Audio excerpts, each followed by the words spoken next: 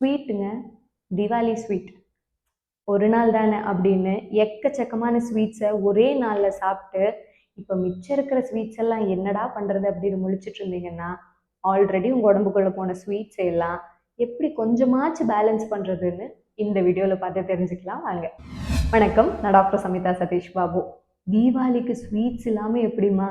சரிங்க, ஆனால் அதை எப்படி பேலன்ஸ் பண்ணுறதுன்னு பார்க்கலாம்.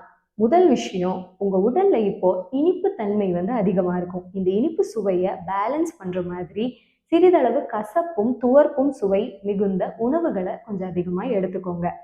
சாப்பிட்டதும் டைஜஷன் ப்ராசஸ் ஆகிறதுக்கு ஹெல்ப் பண்ணுற மாதிரி ஒரு 10 to 15 நிமிஷமாவது ஸ்லோவாக நடக்க ஆரம்பிங்க. உடனே போய் படுத்து தூங்காதீங்க.